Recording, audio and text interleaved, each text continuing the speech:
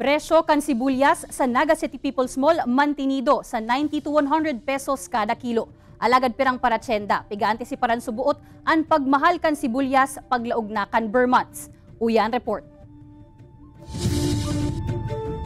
17 pesos hasta 23 pesos an 1/4 kan pula asin puting sibuyas na pigtitinda sa 3rd floor kan Naga City People's Mall. An kada kilo, mapatak ni 90 hasta 100 pesos. Sa nganyan ka po, dagsa po nganyan sibuyas kadakol, kaya mas mura-mura nganyan. Alagad arog kan taon-taon na nangyayari. May posibilidad man da agiraray na magmahal ang sibuyas paglaog kan Hunyo o kaya sa Vermonts. Kasi tig-raralog na po kaya sa storage ang mga sibuyas, tigi-stock na po. Kasi tapos na po ang anihan kang sibuyas.